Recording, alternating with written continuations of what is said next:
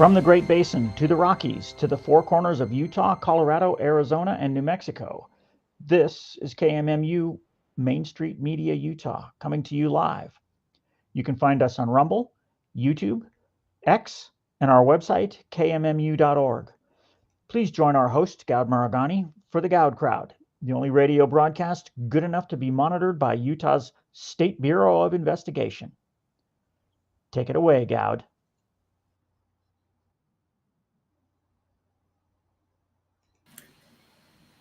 Okay, everybody, welcome to the Goud Crowd. I'm your host, Goud. I am happy to be here.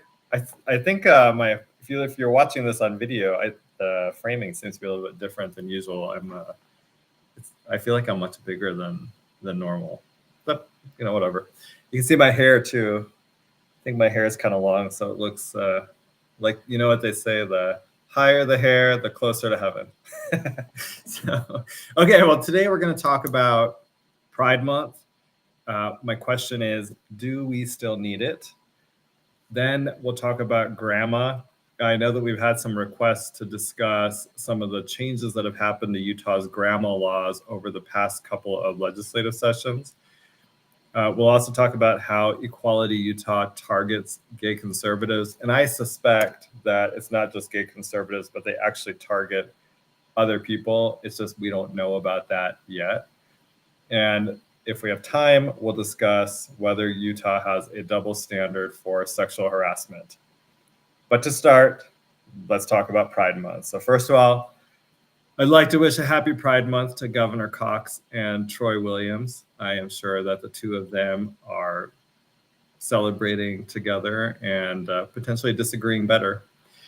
And I just want to say, I've been here now for 5 years. For those of you who don't know about me, I moved here. I'm not from Utah originally, and I moved here in 2020. And one of the things that has surprised me is for a state that bills itself as being conservative, there are a lot of people really obsessed with gay stuff and the trans agenda.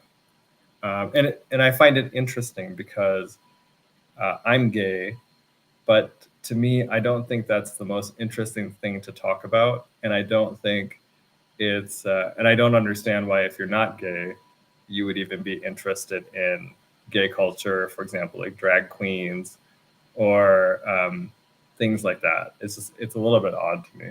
The obsession with it that I see is odd to me. So let me just start with some observations from Utah. One of them is that, Governor Cox was the first Republican governor in the country, I think, to issue a Pride Month declaration. He did that, I believe, in 2021. I think he may have done it in 2022. After he got blowback, he stopped doing explicit Pride Month declarations, and he changed those to be a little bit more sly. So this year, let me pull this up for you. He changed and did... here's what he did. I'll show you what he did, if I can open it. Okay, let me share this with you. He posted yesterday. There you go. Let me just add, if you don't follow me on X, you should, because I'm very active on X, and I do try to put out content that I think is interesting for people, but also exposes different problems in Utah. I tend to be a little bit more Utah focused than nationally focused. I think we have plenty of people that focus on national issues. So my more specialty is that I can tell you what's going on in Utah. Well, here's his statement that he put out yesterday. And he said, "This June, I'm reflecting on the values that bring us together here in Utah. Service, respect, and love for our neighbor. To those celebrating Pride and to you, all Utahns, may we keep building bridges of understanding and strive always to see the humanity in one another." Okay, this is a Pride Month declaration. That's all this is. Because if he didn't want to issue a Pride Month declaration, he just shouldn't have said anything yesterday at all. There was no need for it. If you go and look, for example, President Trump has not said anything about Pride Month. There's nothing to say, right? It's a fake holiday. And as I'm going to talk about, I don't even think it's necessary anymore. There was a time and a place for this type of or for some sort of ability of people that were gay and lesbian, and I guess at the time maybe transgender, because it used to be like a tiny percentage of the population, and it wasn't being promoted by every major institution in the country. For those people to get together, because they did not have equal rights and they were trying to fight for them, and so these pride parades or celebrations were really a way to kind of come together, to be able to maybe celebrate as a community the accomplishments we had made and plan for the things you need to do in the future to get to further your goals in terms of equal rights. Okay, so that's Governor Cox's statement. Then I saw this. I thought this was interesting, and it'll just show you how obsessed people or organizations even in Utah are with pride. I find it interesting. Here's the Gateway. So this is the Gateway Mall in Salt Lake City. They painted for June 1st to kick off Pride Month. They actually painted a pride sidewalk crossing, and which I was surprised by this, because the political tides have really turned against this type of a thing. And here we have it in your face. They're doing this type of stuff in the Gateway. And I'll tell you, the most offensive part about this whole thing is that they've put the trans stuff in here, because it is my view that you can, if you promote transgenderism and you promote like everything that's TQ plus, that's like trans, queer, or questioning something. There's all these letters. I don't even know what they all mean. It's just a bunch of crap. That is just another way of saying mental illness. It could just be LGBM, mental illness. That all represents mental illness. And so when they paint it onto a crosswalk, the purpose of this whole thing is to promote the agenda to everybody that walks across it, because these bright colors are very attractive to children. As anybody, I believe, who has been around children knows, children love bright colors. That's what this is all meant to do, is to attract your children to this agenda. I remember, this is years ago. It might have been 2016. Might have even been before that, maybe 2014.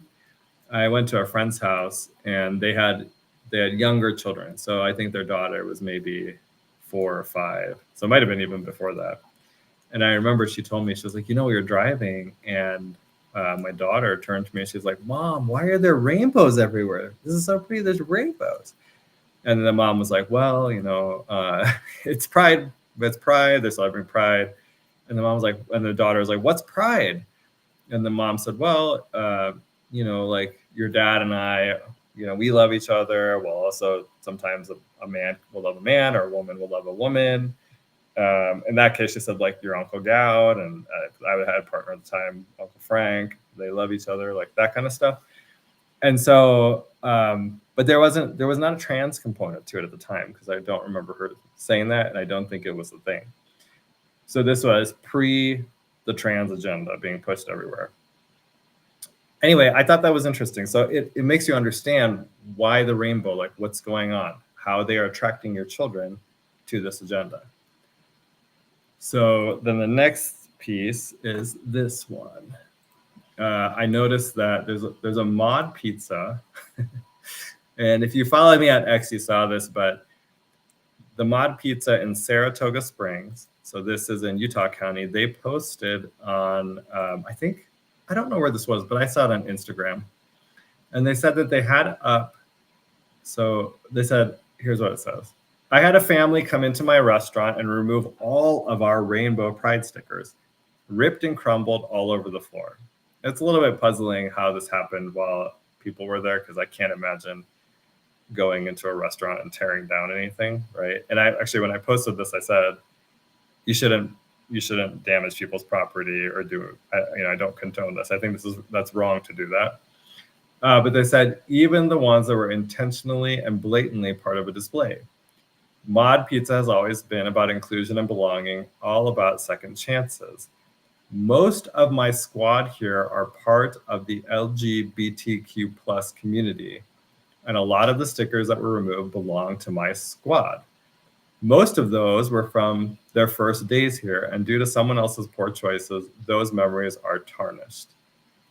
Let's see here. And then they said, I thought this was interesting. We believe in wide boulevards and high curves.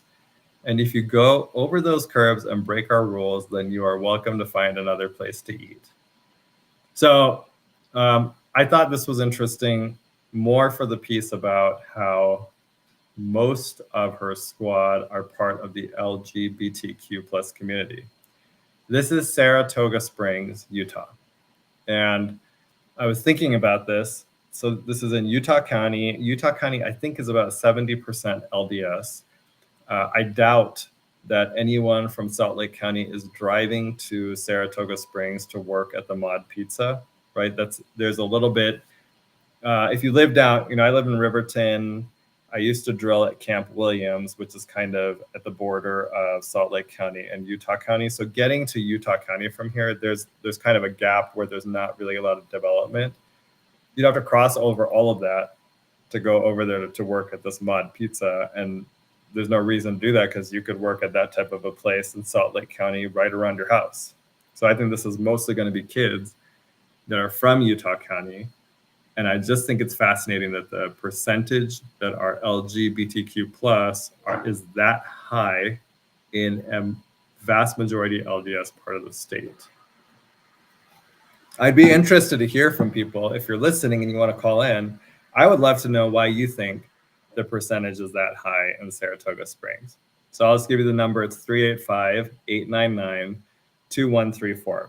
And just to put a little bit of context on this, in the US generally, about 3.4% of the population identifies as gay or bisexual men.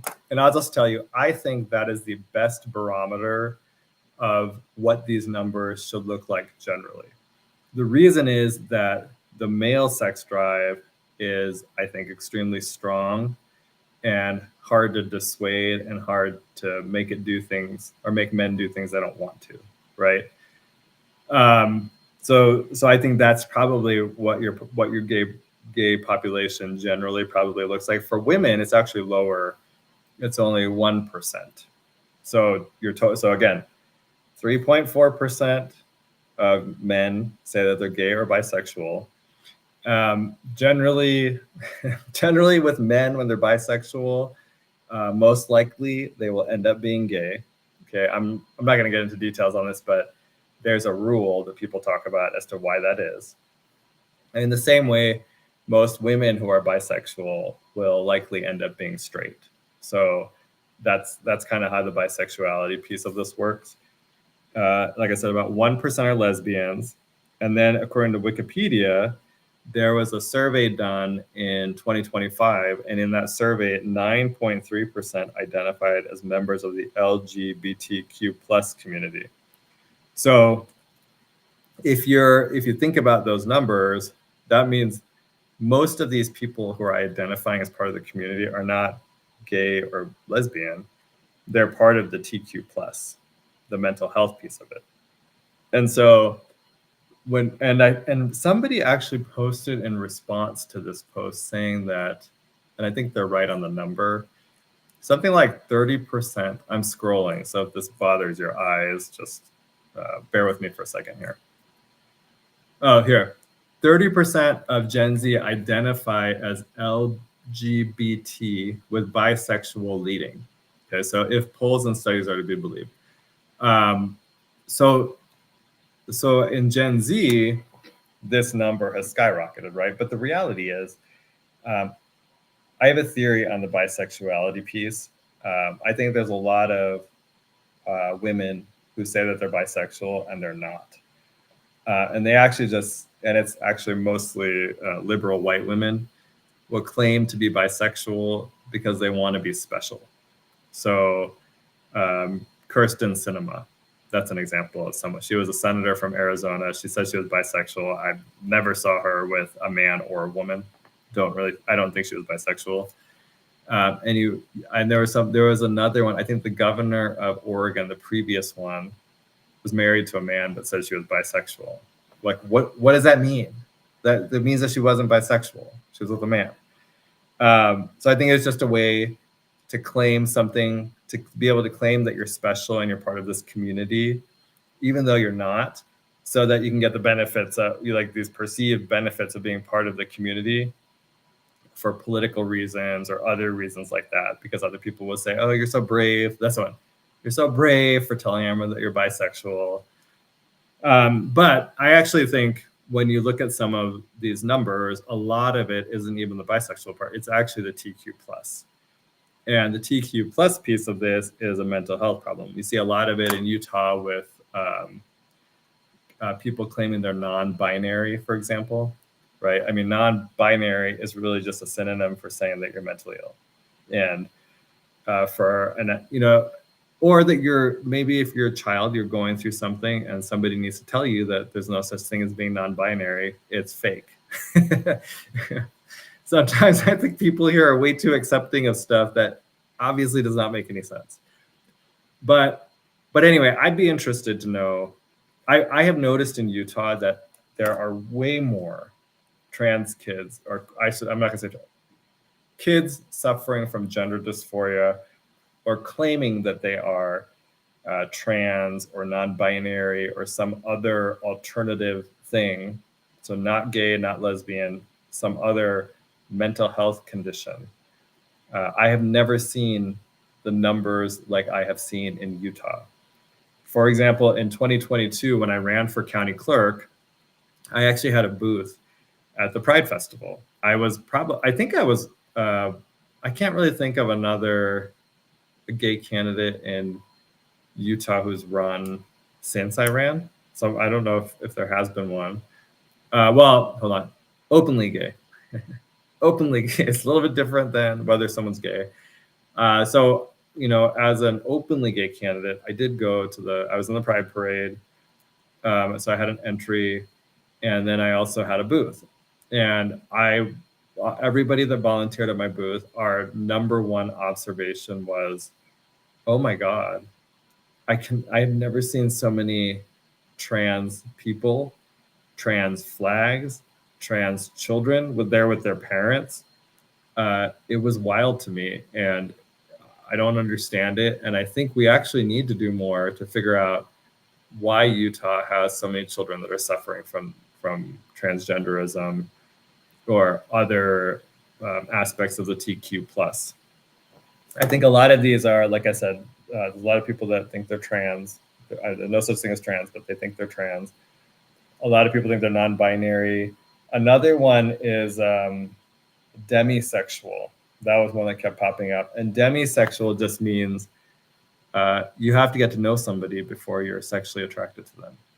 So, and I don't really think that needs a flag or a title, but apparently that's a thing so you can be part of the LGBTQ plus community, but really it's so you can be part of the TQ plus community.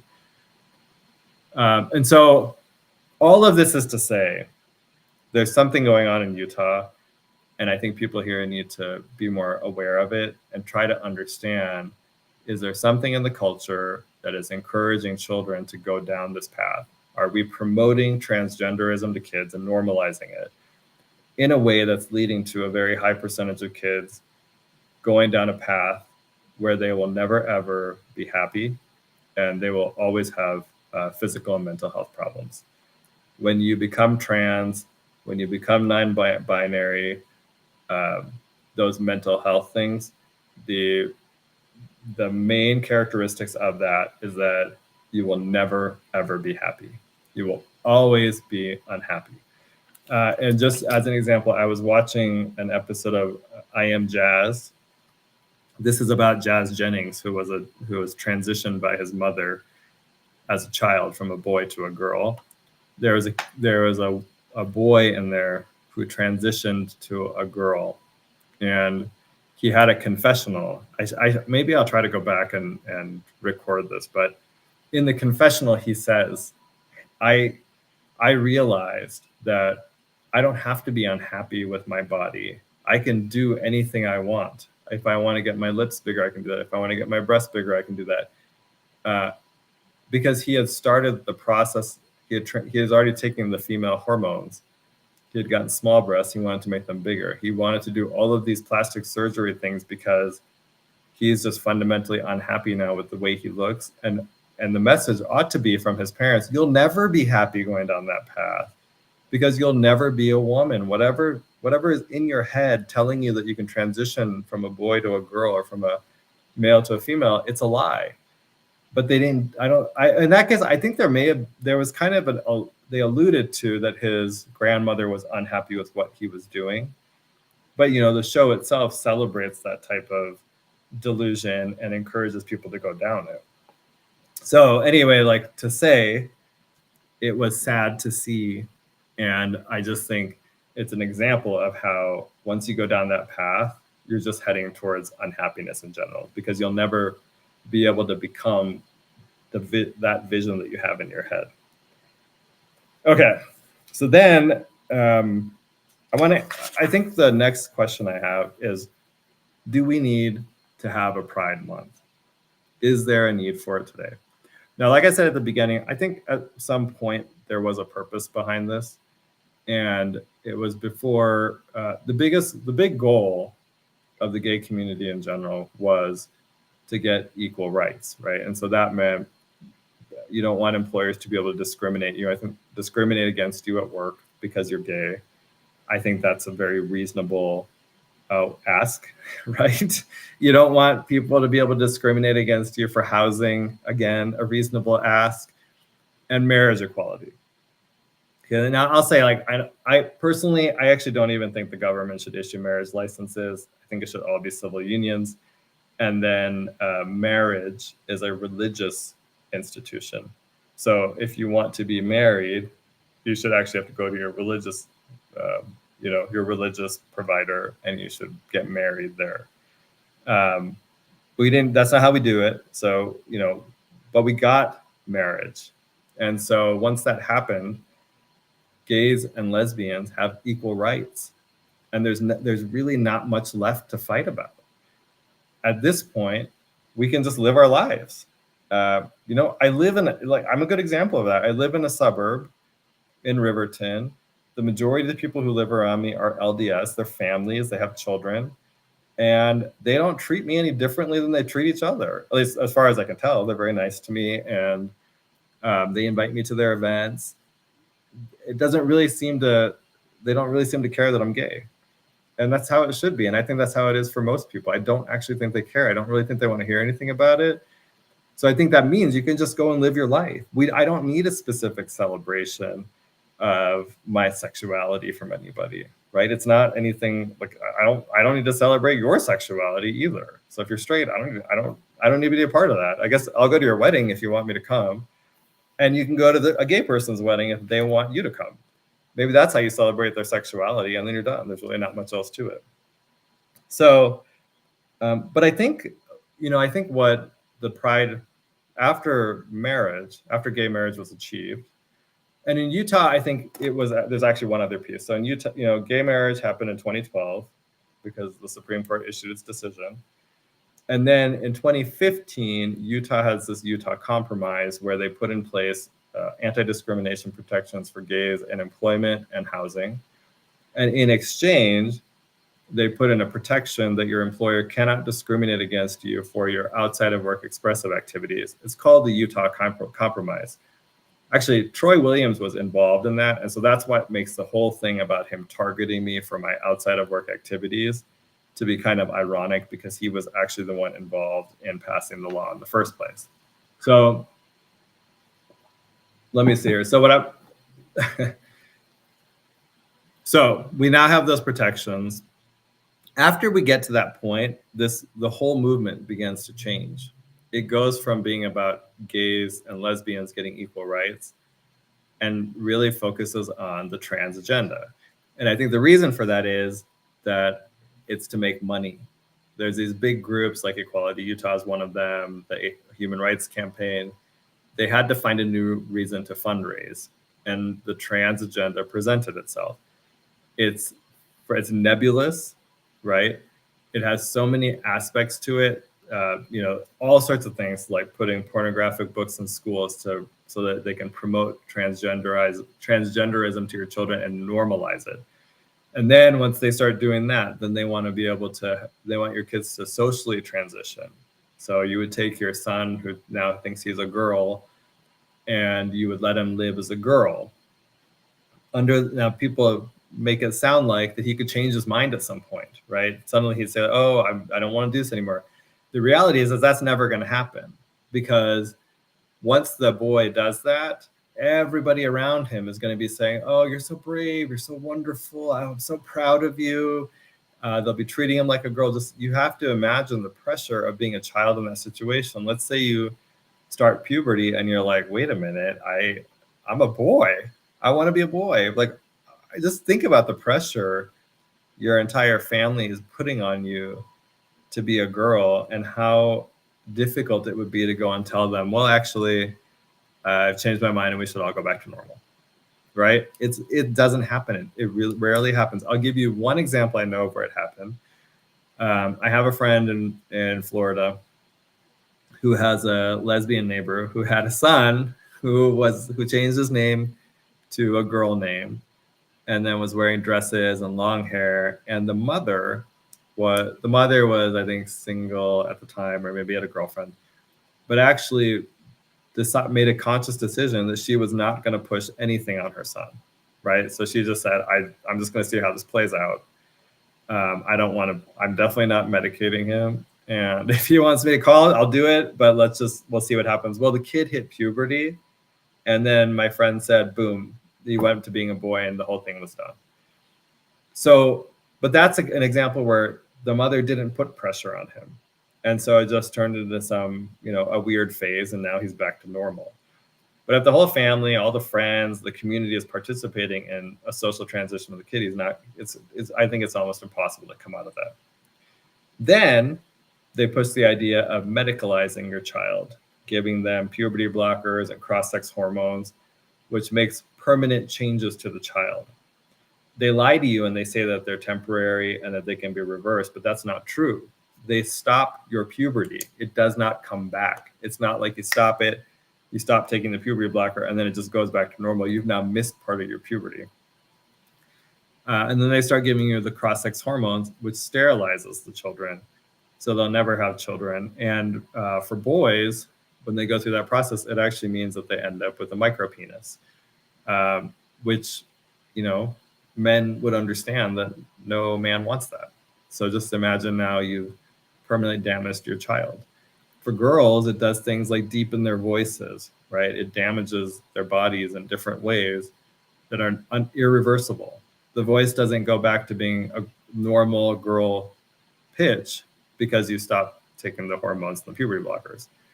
So these make permanent changes to their bodies. You're mutilating your child for a mental health issue.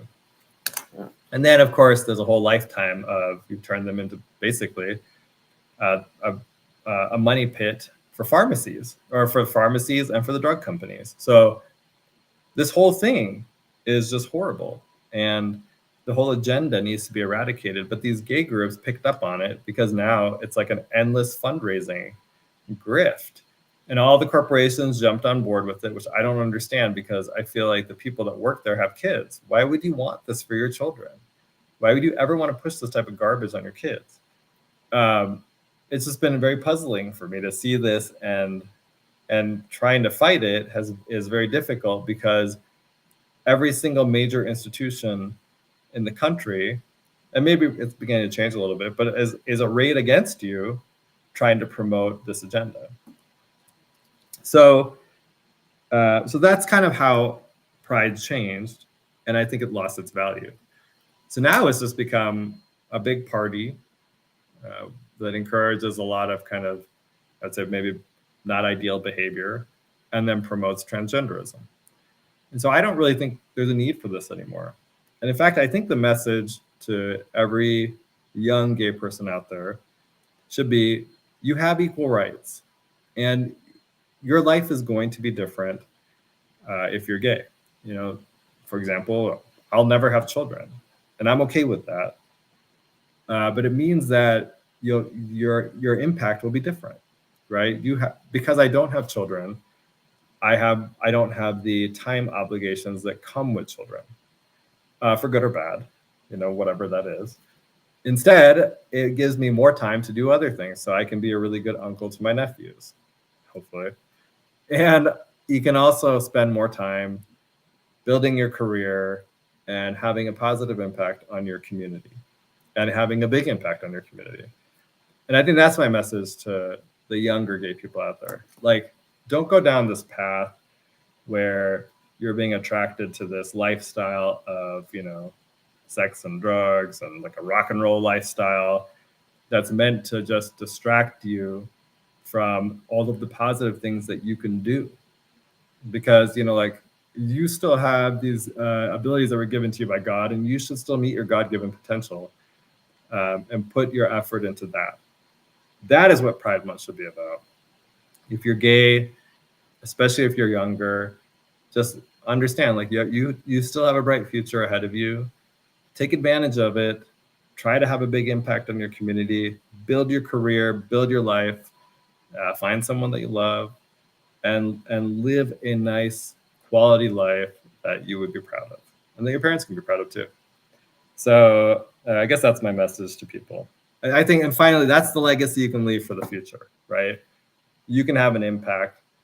You won't have kids, but at least other people will benefit from it.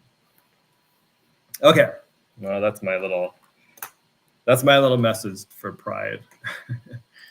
The next thing I want to talk about, before we get to grandma, I just have a quick little detour here. First of all, on Friday, we're going to have a little event at the Capitol. So if you're around, you should come. Sorry, I had to cough. I'm not going to give a lot of details, but you should come to a press conference at the Capitol on the South Steps at 11 o'clock on Friday. I think there'll be some pretty cool announcements there that I know about. So I'll leave you with that. I think there'll be more information about that coming out. So our house is going to actually be having leadership elections coming up. I think maybe it's tomorrow. Yeah, tomorrow. So let me share this screen with you. And this is for the Republican side. So they're going to be electing a new majority leader.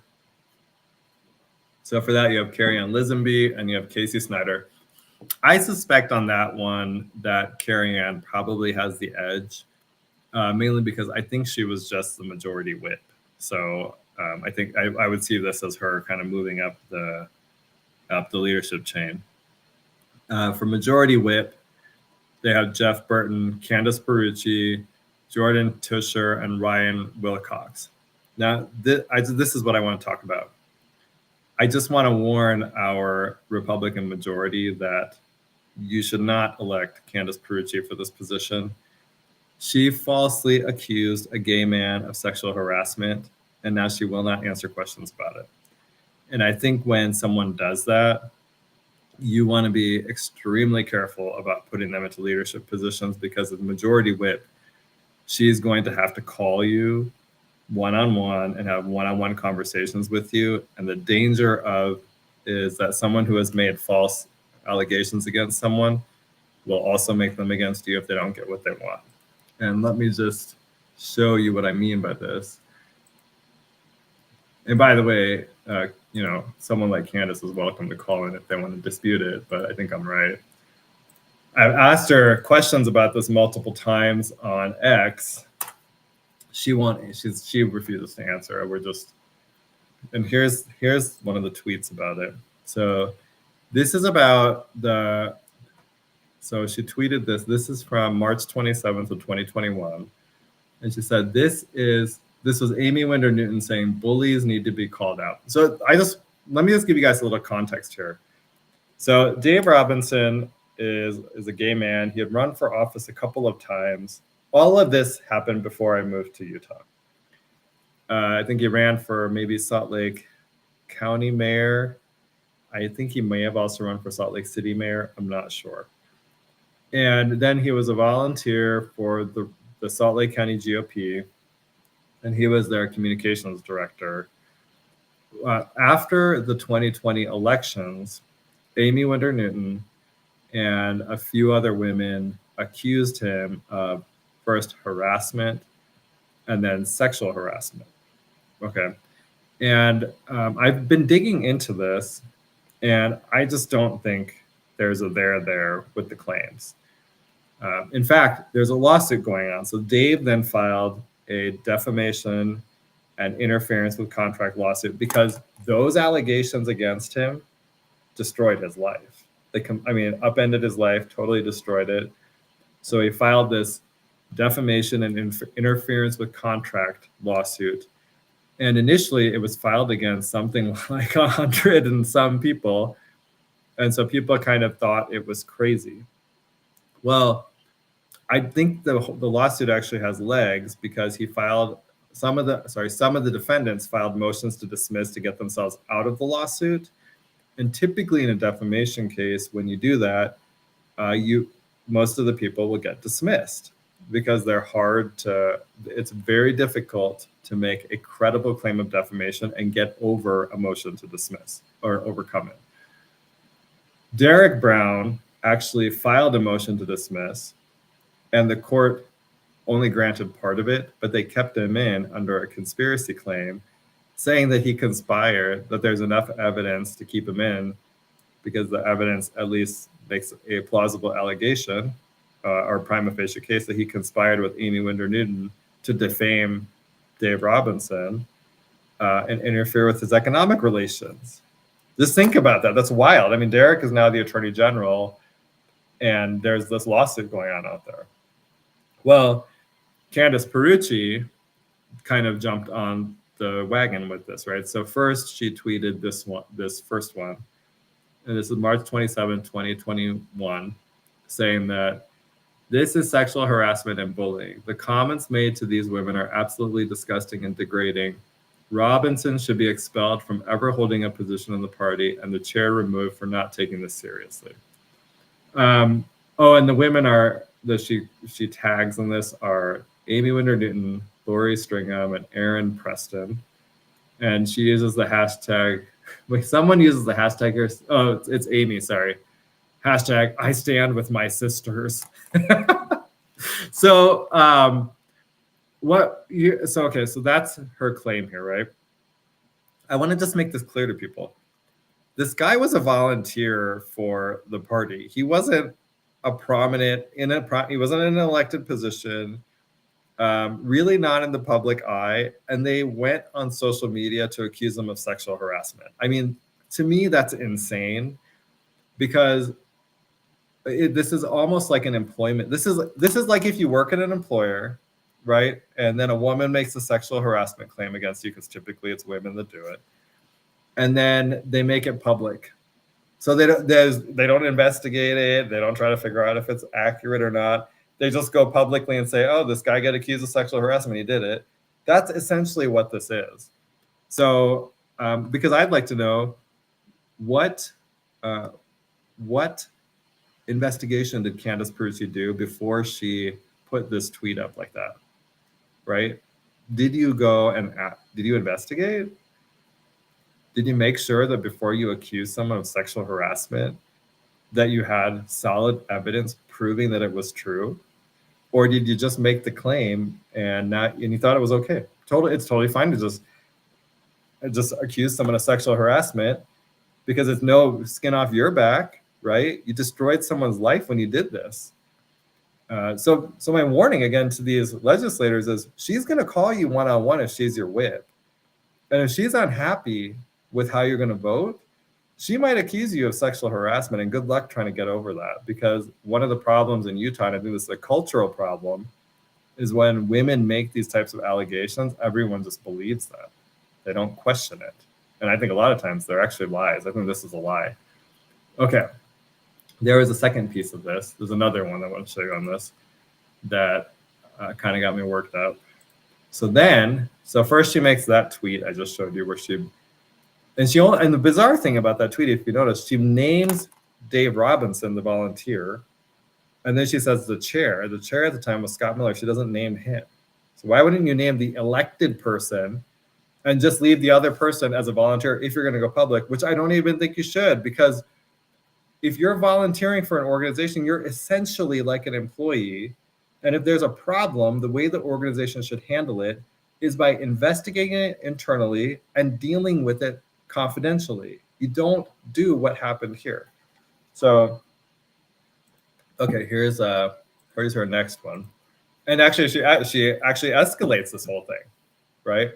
So then the same day, later on, I think that other tweet was from like 5 p.m. Then suddenly at 8:14 p.m. Actually, hold on. Let me pull that up. Will this show you what? Okay, hold on. I'm gonna pull up the other one because I want to check the time on that. I'm very cognizant of these social media things now because I have a case where I've been going through social media posts, and it's just, you got to be really detailed with them. So much information in social media. Yeah, so 5:47 p.m. was the first one. So this one is now, what time is it? I think I said 8 something p.m., right? I don't know where it went. Okay, I can't see what you, oh, here. Okay. So a little less than 3 hours later, she posts this tweet. And then she said, "Our statement as legislators who represent Salt Lake County. This now includes Jordan Tusher, Susan Pulsifer, Jeff Stenquist, Robert. Some of these people aren't in there anymore. So like Robert Spenlove, Amy Winder, Newton's brother, Craig Hall, Steve Eliason, Jim Dunnigan, and then Todd Weiler. When they say, as Republicans, we believe in the dignity and the intrinsic value of every individual. Well, that's already not true, because if you actually believe that, you would have given the person being accused due process, done an investigation, and kept the whole thing confidential like you are supposed to when people are accused of discrimination or sexual harassment. You don't go public with this stuff. The actions and words of the volunteer Salt Lake County Republican Party communications director, like I just said, she's admitted he was a volunteer, were unacceptable and do not represent the values of the Republican Party.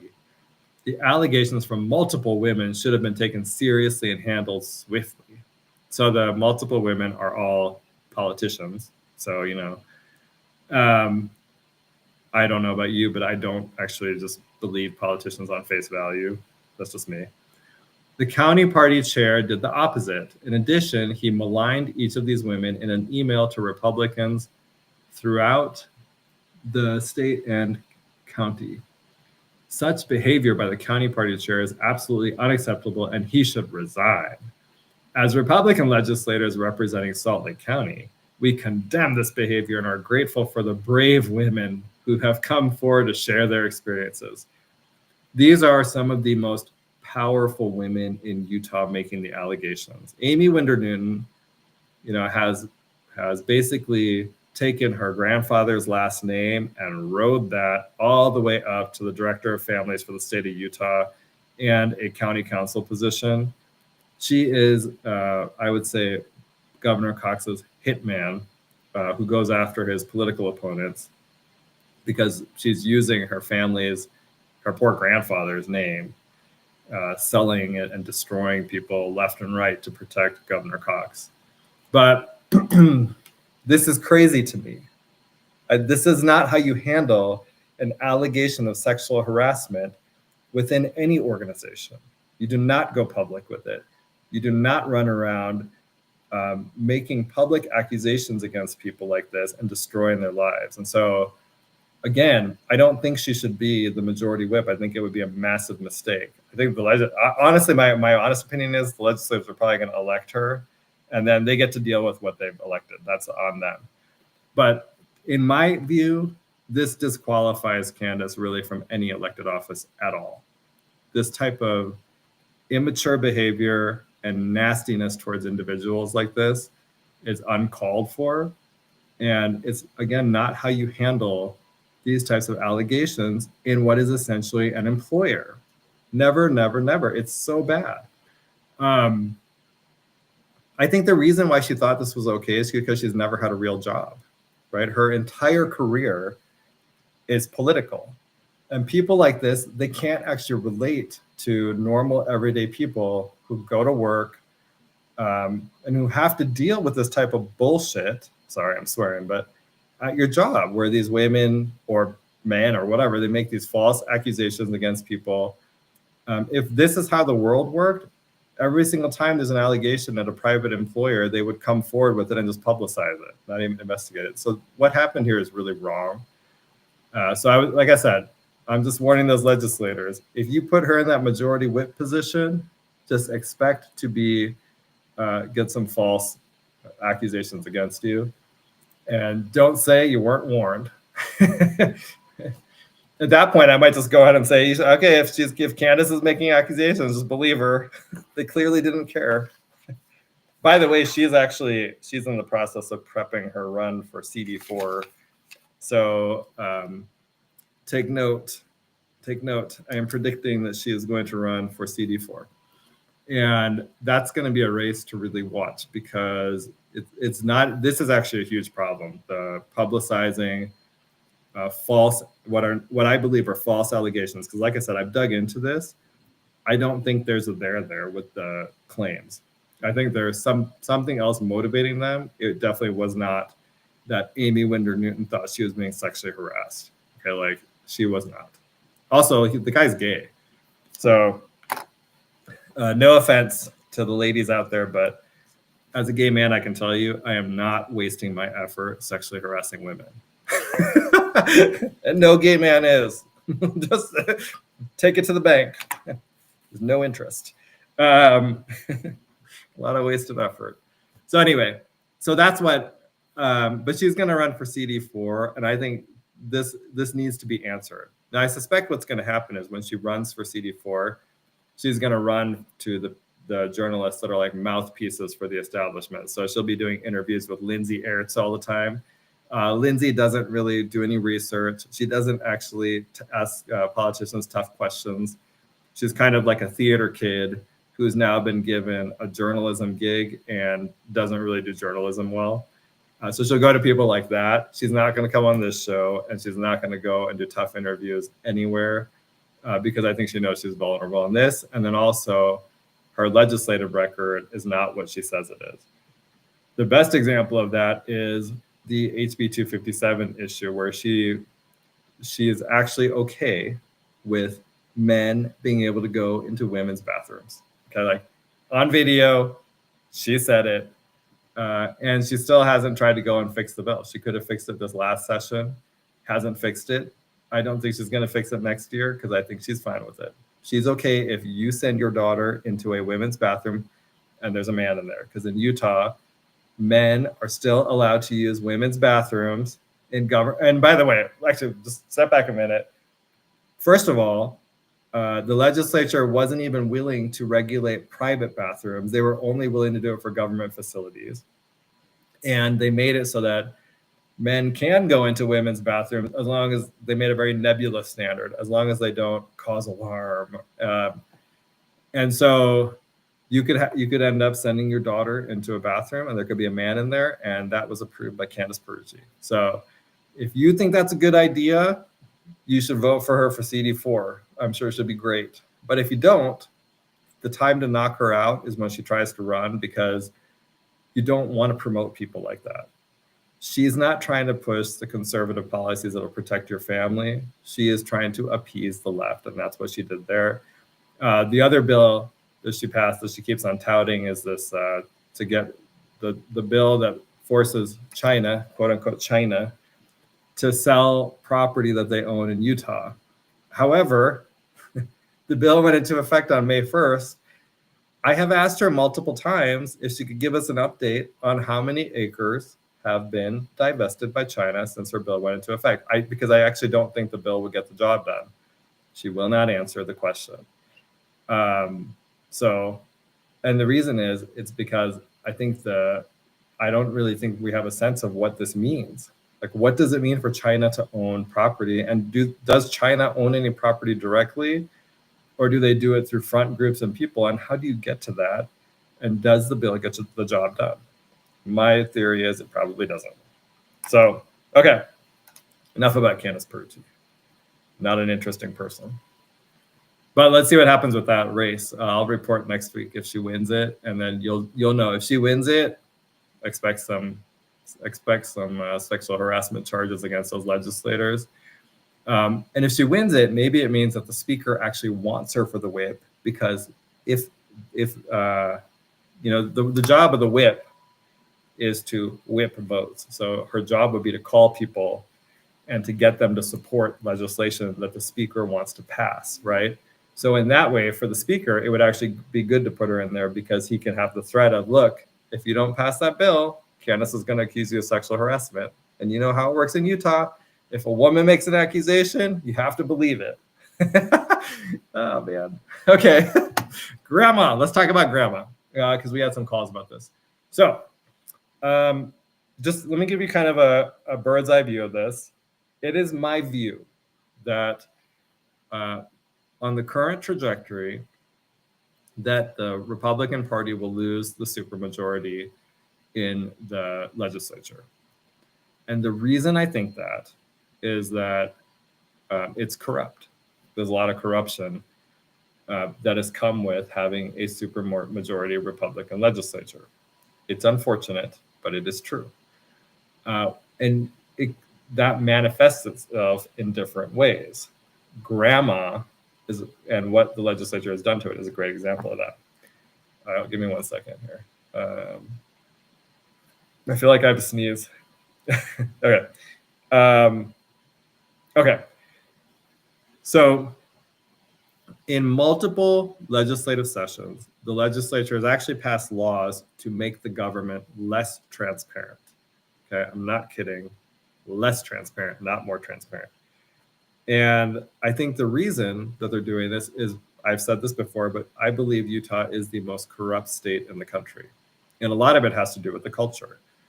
A lot of people here are not,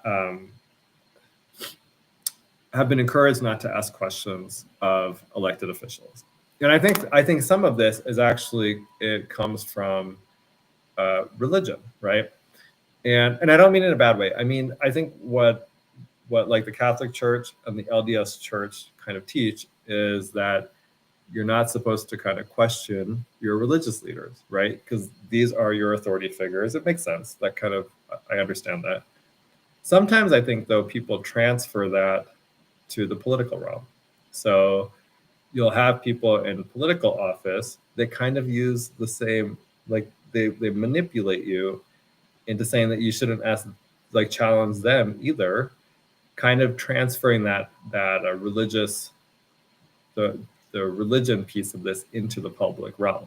So let's say your bishop runs for office, and then like you feel like maybe you can't question your bishop, even though you're not questioning him about religion or how your religion works. You're questioning him about what he's doing politically. And so I think that actually lends itself to allowing more corruption, because there's just not a check on this like there needs to be. And that's my theory on it. If someone disagrees with me, feel free to call in and share your views on it, because I'm certainly happy to learn. So let me start with, in 2023, the legislature passed SB 231. Okay, and so this bill did two things. Let me just check something. I had screenshotted this. So let me pull this up for you. Like I've said before, I actually do prep work to try to, make this something you want to listen to. Oh, we have a call. You can put her through.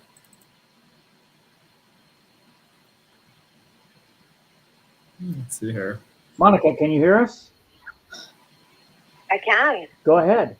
You've got Goud. Hi, Goud. I didn't want to interrupt what you were doing there. It sounded interesting. You were talking about the grandma law. Yeah, I'm about to, but what did you want to talk about? I have plenty of, I love calls, so The interruptions are good. Hey, I just wanted to talk about grandma, but I don't know if you have something specific you wanted to talk about there. Yeah. Oh, okay. I was going to talk about how there has been efforts in the legislature in multiple sessions now to make our laws, actually our government, less transparent and make it harder to do grandma requests. Have you had any experience with those changes in the law? So, for example, like they added the provision about vexatious requesters. I was going to talk about that. They exempted the governor's office from the grandma laws generally and let them come up with their own procedures. And now they actually got rid of the state records committee. And I think all of that is aimed at making government less transparent. Right. And you know what? The irony here is that it wasn't very transparent to begin with. And so now they've added these extra layers, these extra hurdles for requesters to jump through and over. And I tell you, it's already hard enough. I don't know how many grandma requests you've been behind. I know I've been behind my own fair share.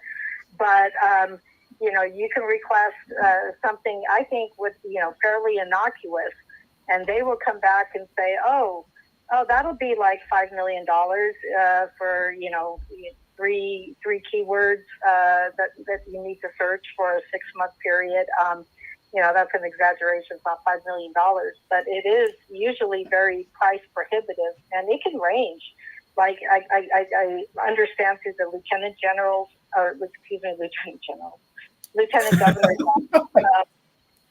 might as well be the Lieutenant General. The Lieutenant Governor's office, they can charge, what do they cite? Something like $40 an hour to do the research for a grandma request. At the state board, it's $70 an hour. These prices can vary, widely, right? And then sometimes they don't even do a keyword search before they quote you a number. They just say, oh, that sounds like it'll be a lot. Please deposit, $700 with us, and then we'll see what we come up with. But you need to commit the money up front, which is insane when these processes should be transparent to the public. There is no reason our legislature, besides, trying to avoid accountability, shouldn't make these requests easier to get. But even, like, I've had it where I'm requesting things about me. And grandma law says, right now... Those should be free. About yourself. Those should be free, right? Do they ever try to charge you? Oh, yeah, they absolutely. A Granite School District has tried to charge me. I know that Natalie Klein, when she tried to grandma her own information about her at the board, I think they returned a price tag of $115,000. What? Are you serious? Yes, I'm serious. It was over $100,000. Okay. Well, what happened there? Talk about that.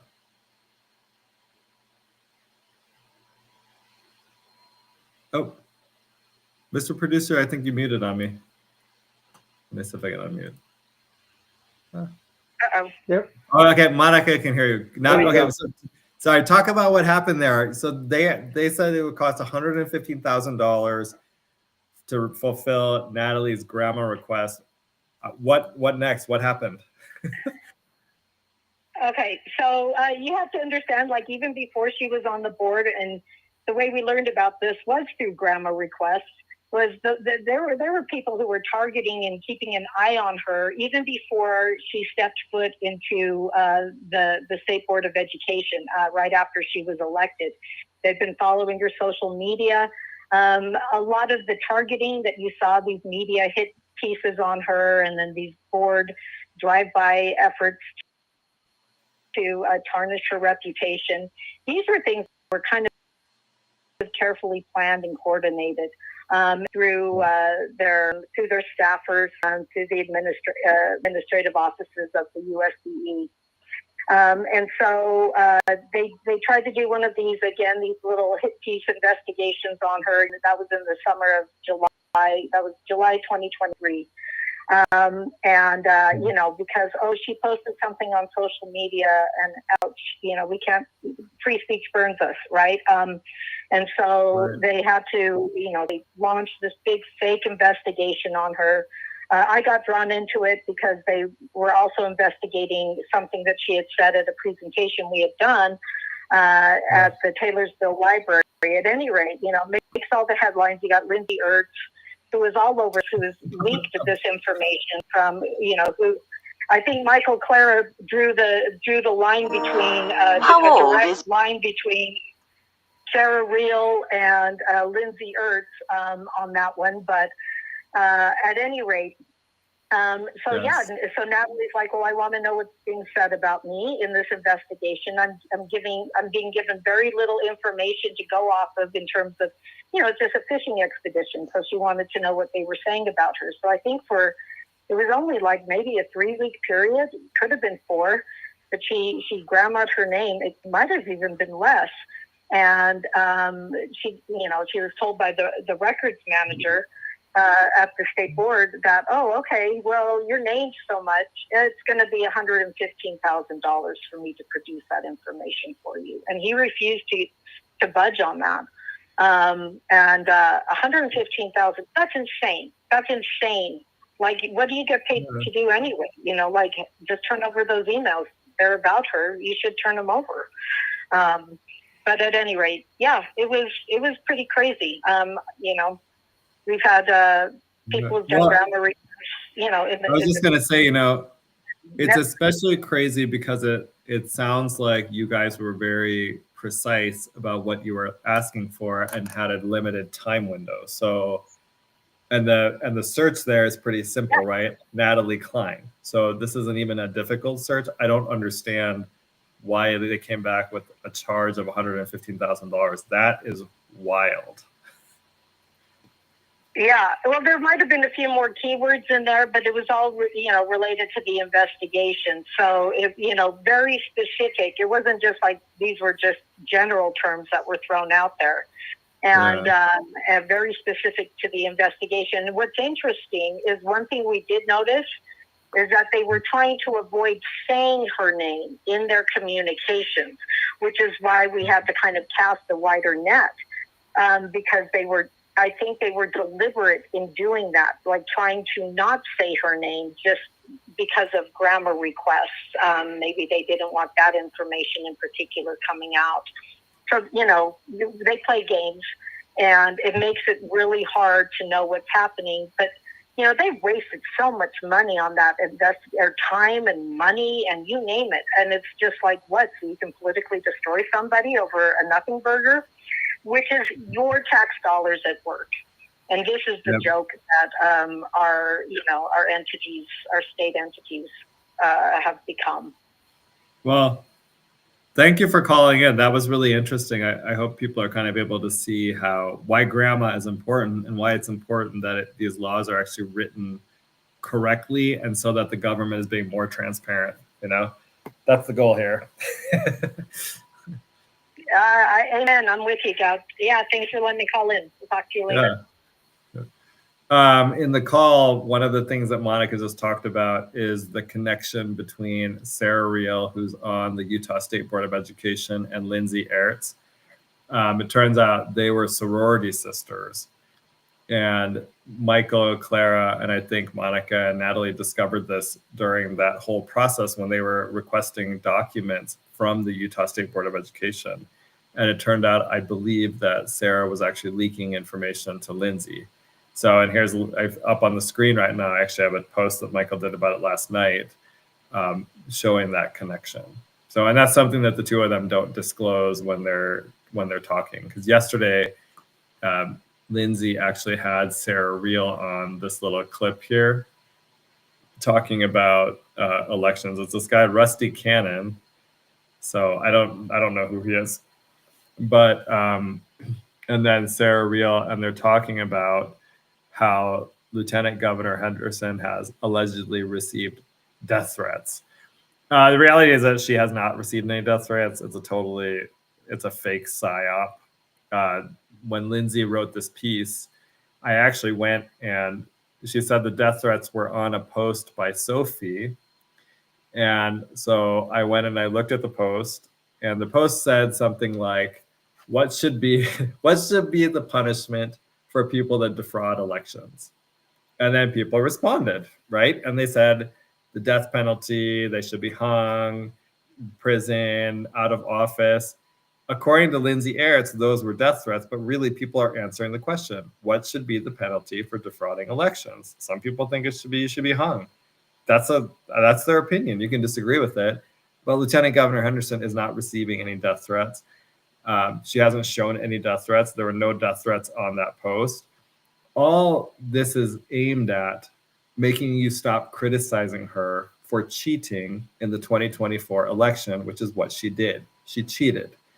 And the way that she cheated is that her and Governor Cox did not actually collect 28,000 verified signatures from Republicans, but they still put themselves on the Utah Republican Party's primary ballot, and they did it illegally.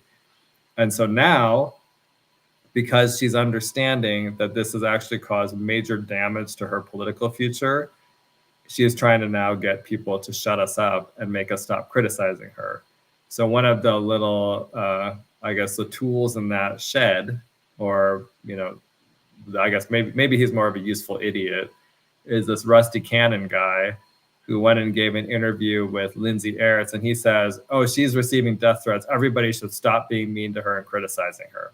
Well, Rusty Cannon, here's my message to you. It ain't happening, buddy. We will continue to criticize her as long as we feel like it. She is an elected official. As far as I'm concerned, she violated the law. She's now trying to hide behind grandma, her interpretation of grandma, which isn't even correct, saying that she cannot disclose the signature petitions to the public, but she can. She can. That's what, under the law, she has the ability to do it. But that she can't disclose them, so we can never verify her work and her office's work and the Davis County Clerk's office's work. The reality is this: she cheated, and she should never, ever, she should actually be retired from political office. Here, I'll send this over to Mr. Producer. Maybe in a few minutes, let's play this, Mr. Producer. I'll tell you when, but I'll send you the link. Okay. All right, but that's my message to Rusty Cannon. It ain't happening. We will continue to criticize her as long as we feel like. She is an elected official. As far as I'm concerned, she broke the law. And my goal is to help retire her from politics. And I'll just add this. Governor Cox hates her, and so does everybody else around her. So, for some reason, he's decided to be her useful idiot. Good luck. Oh, and the great part of this, we'll play in a little while, is that Sarah Reel then chimes in. Sarah Reel knows nothing about the election system, but according to her, our elections are secure. She's a Marxist who just, I don't even know how people elected her to the state school board of education. She's not an educator. And what she is she has a master's in marketing, and she's like the director of digital marketing or social media marketing at the Salt Lake County Community College. And she somehow has parlayed that into being an educator. Whatever. Okay. We're talking about grandma. I almost forgot. Okay, so hold on, I was going to show you guys this. Okay, so one of the things they did in SB 231 in 2023 is, hold on, I got to find this. This is not as easy as you would think. Sorry, I'm looking for the image I have to show you guys, which I can't find. I never understand. Sometimes this is a little bit difficult here. I think it's this one. There we go. Okay, let's see if this works. Aha. Okay, there you go. Let me make it a little bit bigger. If you're actually watching this, I'll try to make it. Can you read that? Okay. So in 2023, the legislature added a provision to GRAMA allowing agencies to designate you as a vexatious requester if you make too many GRAMA requests. So now there is a process if they decide to do this. So, and I don't know how many times this has actually happened, but essentially they were complaining that there's people that make too many GRAMA requests. And just on this point, like just to go back to what Monica was saying, I already pay taxes. You already pay taxes. I don't even think we should get charged for GRAMA requests. I honestly believe that what they should be doing is giving them for free, and they should be posting more information online voluntarily so that we don't have to make GRAMA requests. They try to make everything seem like it's a secret, but the reality is that it's government and it should not be a secret, and they should be transparent about everything that they're doing. But if you notice, most of these people are not transparent. The worst things happen in darkness like that. That's where the corruption starts, and people just start to get, I think, a little bit, they start taking advantage of the system, which happened in Utah. Like I said, I think we're the most corrupt state in the country. It's happening all over the place. So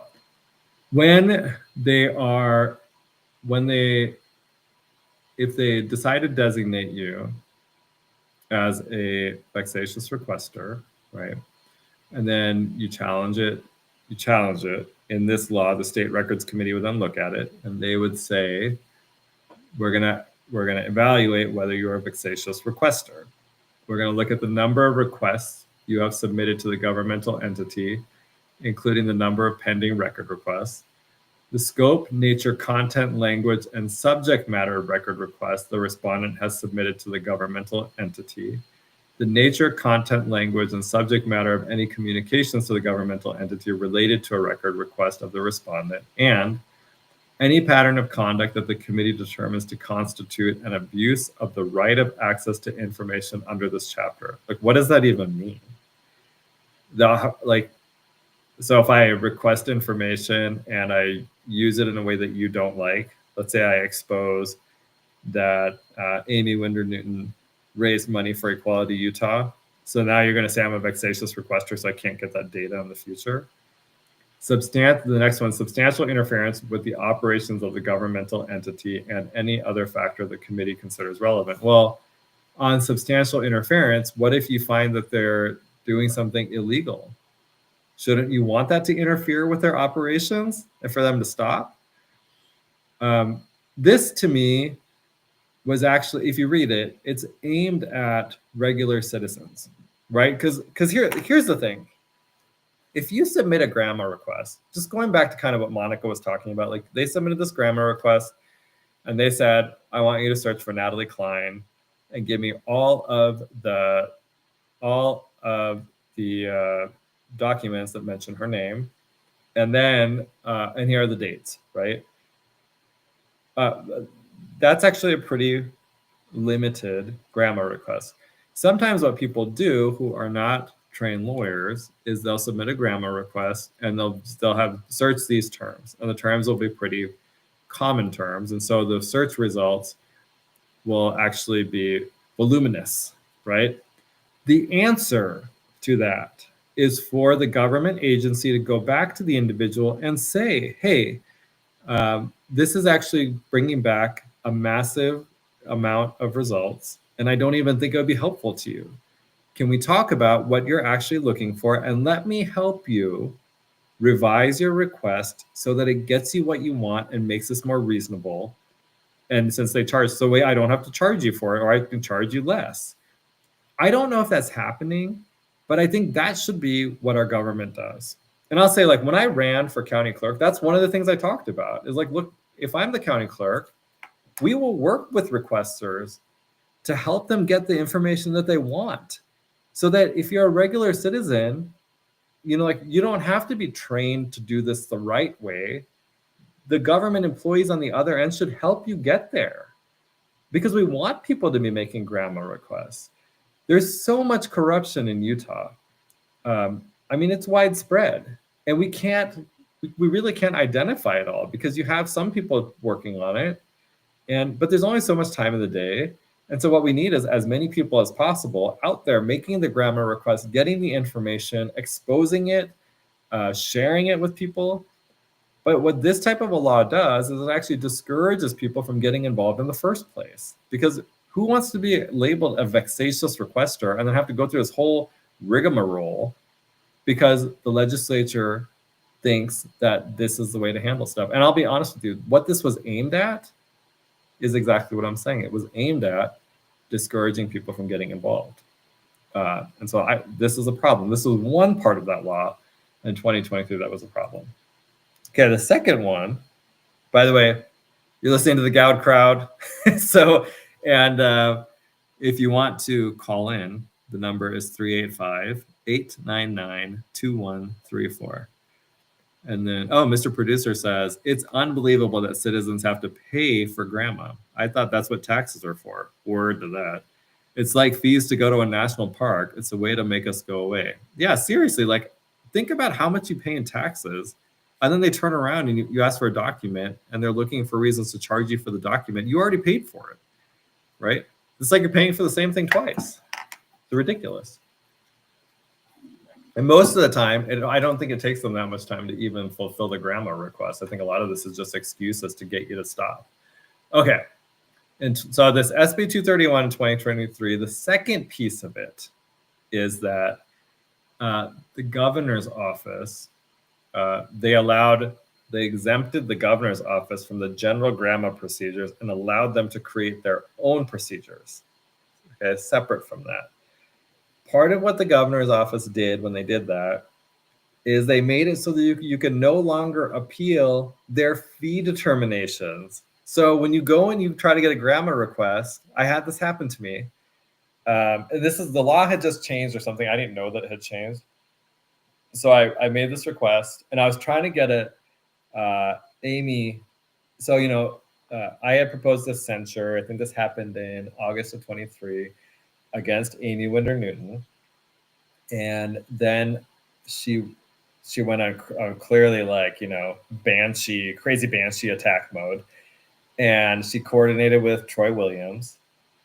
But my theory on this is that she also went and she coordinated with the governor's communications director, who at the time was this woman named Jennifer Napier Pierce. She was the executive editor, I think, at the Salt Lake Tribune. Then, of course, Governor Cox is basically a closet liberal. And so he brought her on as a communications director. And so my theory is that Amy actually used Jennifer to be able to get this hit piece into the Salt Lake Tribune and to do the communications coordination. So I filed this grandma request to try to get all the communications between them. Well, they denied my fee request and I appealed it. When I did that, they were like, oh, well, under our new procedures, you're not allowed to appeal the fee determinations. And I think the fee determination was a lot and I just didn't want to pay it at the time. But maybe I'll go back and try to re-up that one because I am curious what kind of because my issue was if you talk to Jennifer Napier Pierce, you're now using government resources for a political matter that has nothing to do with your government job. And so I would like to know if you did that and you were wasting my taxpayer money, then trying to go after me too. Like that's ridiculous. You should, if you're going to do that, spend your own money on it. Oh, also just before we continue, you're listening to the Goud crowd on KMMU, Mainstream Media Utah, Main Street Media Utah. We're live on X, Rumble, YouTube, and our website, kmmu.org. Like, share, and subscribe on your favorite media platform, and thank you for listening. Also, feel free to call in, 385-899-2134. I like the phone calls. And also, yeah, if you could like and share, that's very helpful. It gets the algorithms kind of moving in the right direction, and it'll help more people find the show and listen to it. So, you can spread the word about what's going on in Utah. Okay. So anyway, so they allowed the governor's office they exempted the governor from the general grandma procedures and allowed them to say, you cannot appeal their fee determinations. And like Monica was just saying, that's bad because what they do is they charge you up the wazoo, lack of a better, I guess that's not a scientific term. And then they scare people away because no one wants to pay tons of money for these documents, or you don't have the ability to do it. Like, I'm not rich, I'm a single guy, middle class. And so I don't have the money to be running around paying grandma fees. And usually when I'm doing it because I'm going to then expose it to the public, put it on X so people can see it, talk about it on my show. And so, which I guess didn't exist at the time, but like, I could even go talk to the press. I know a lot of the journalists; they'll talk to me if I want to talk to them. So, but that's the thing. That was another bad move on the legislature's part. I will say I was disappointed because on this bill, one of the Representative Loubet was like the House sponsor, and I like him. I think overall he's a really good legislator, and unfortunately he was one of the House sponsor. Oh, we got a caller. We got to put them through. Let's see who this person is.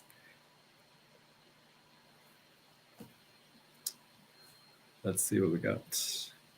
Goud, we have April. April, go ahead. Say hello to Goud. Yeah. Hey, April, what do you got? So I'm making it very kind of a little. But I can't say it's like grandma. In 2021, some of my story, but Murray School District in Utah was teaching the whole gender ideology. So this ties into the stuff you're talking about with pride as well. But I had to do some really deep digging myself because the school district was just not being transparent about what was really going on. And like they were reading these books on transgenderism to the kids in the elementary school. And one of the principals had slipped up and told a parent that, this book came from an additional resources list because there was a book being read and we couldn't find where it was. It was supposed to be part of this book program, but no one had ever seen it. And so she told one of the parents that there was an additional resources list, and then they completely denied that it existed. And so what ended up happening is I submitted grammar requests in the email for their emails to figure out what was going on in the school district. And at first, Murray School District was like, okay, we're going to charge you, I think it was around $1,500. Oh my God. To get the emails that I wanted, which I paid, and I don't think that they expected me to pay it, but I did pay. And so then they started doing the request, and then after 3 weeks, but like almost time to fulfill it, Doug Perry, the communications director, came back and he's like, oh, actually, this is a lot more work than we thought. And so we encourage you to just,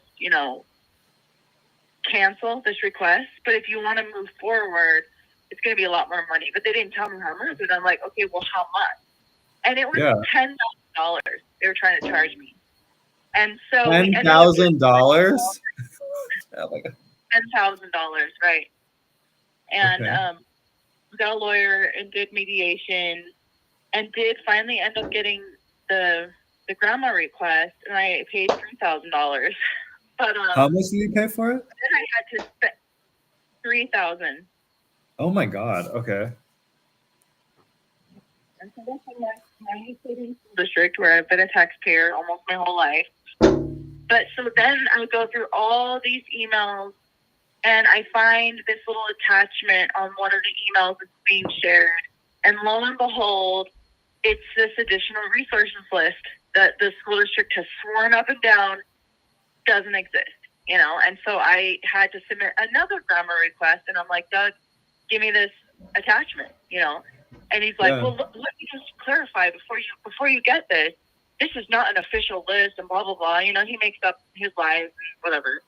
But finally, I spent months and months. I spent thousands of dollars and all this effort, all this fighting. I had to get a lawyer involved. And finally, I found this additional resources list from this Equity Book Bundles program.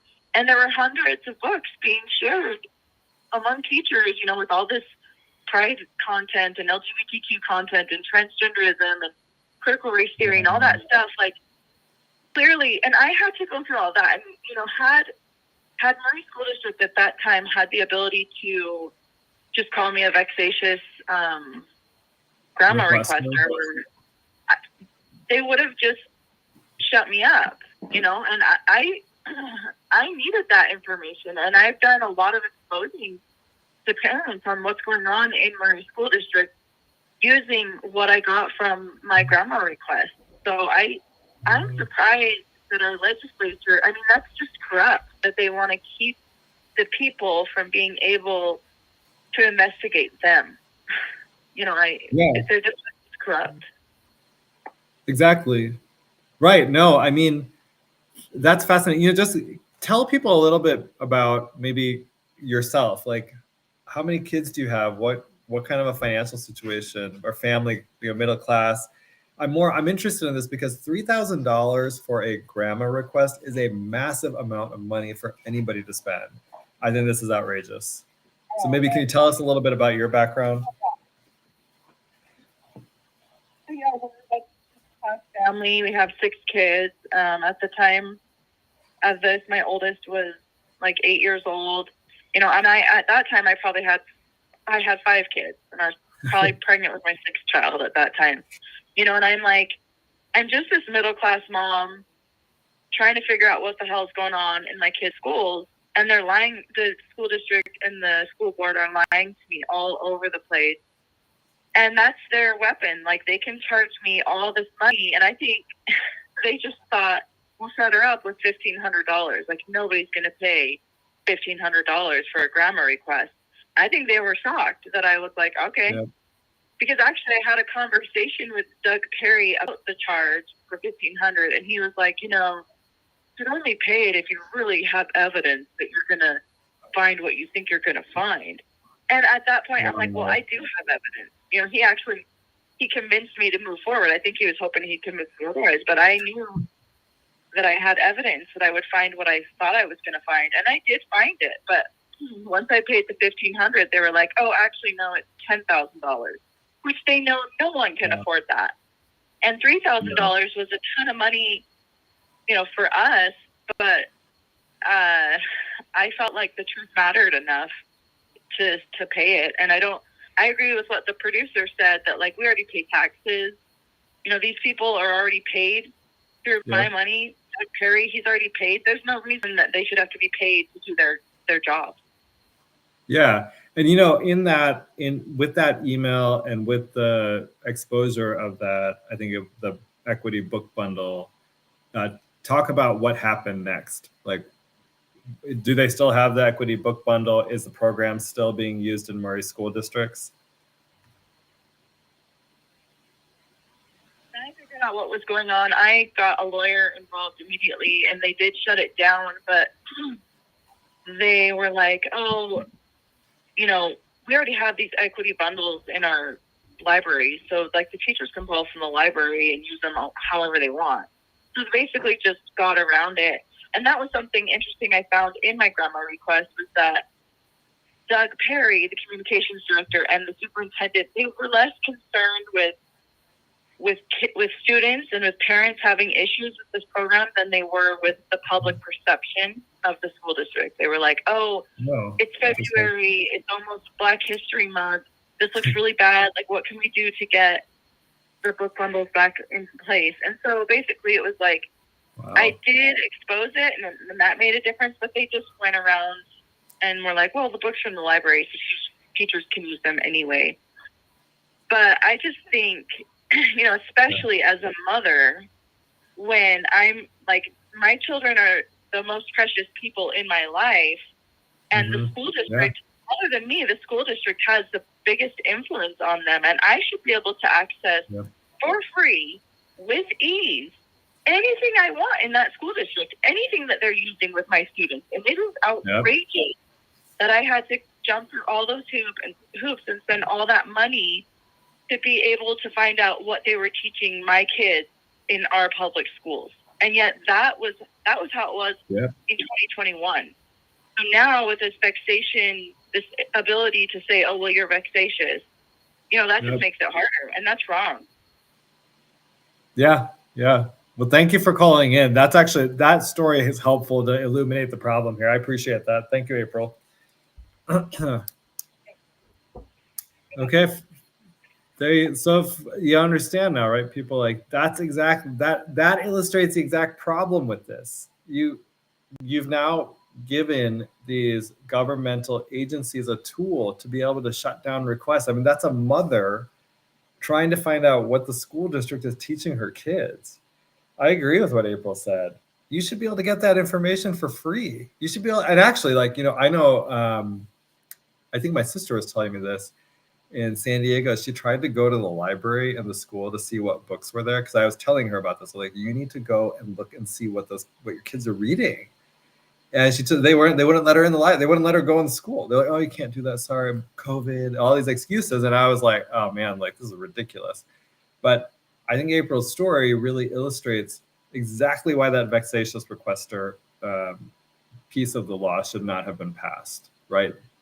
I think we should get rid of it. And what they do is they bring up the worst case scenario, someone who was making thousands and thousands of requests, but the agencies don't care about that person, right? That's not their concern, as some troll who's being annoying. Their concern is someone like April that's actually going through the effort to try to expose an actual problem in the agency, and that will do it effectively.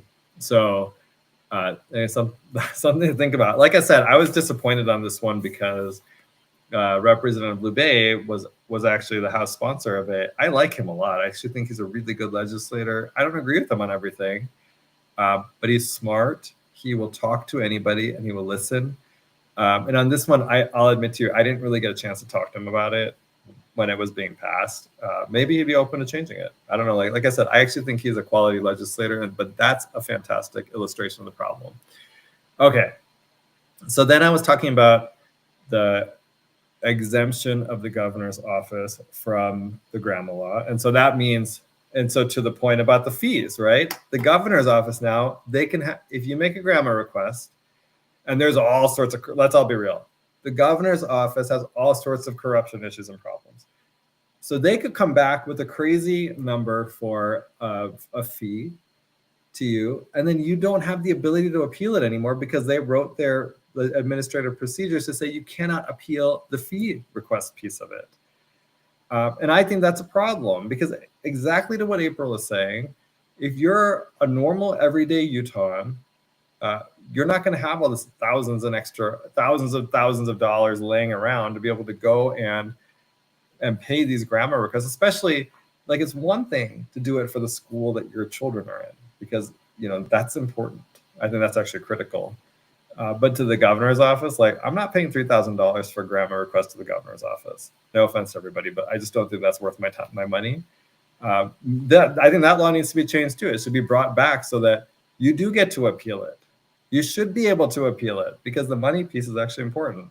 And I mean, like we've already said, we all already paid our taxes. I don't know why we have to pay for this again.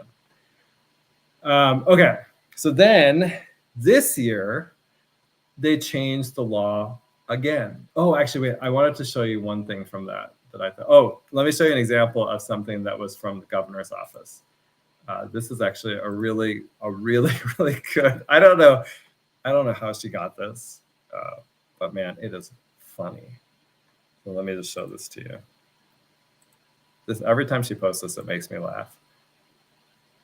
So this is Governor Cox and Utah's first gentleman, Troy Williams, having a conversation. And I think these are their text messages. And God, what? Oh, this is when HB 11 passed. So this was Kara Birkeland's bill. I don't necessarily know that it worked, but it was supposed to ban boys from playing girl sports. And I think it should, hopefully vice versa as well. But so Troy says, Governor, tonight has been a roller coaster. I don't even have words to express my gratitude. Because remember, the governor actually vetoed HB 11.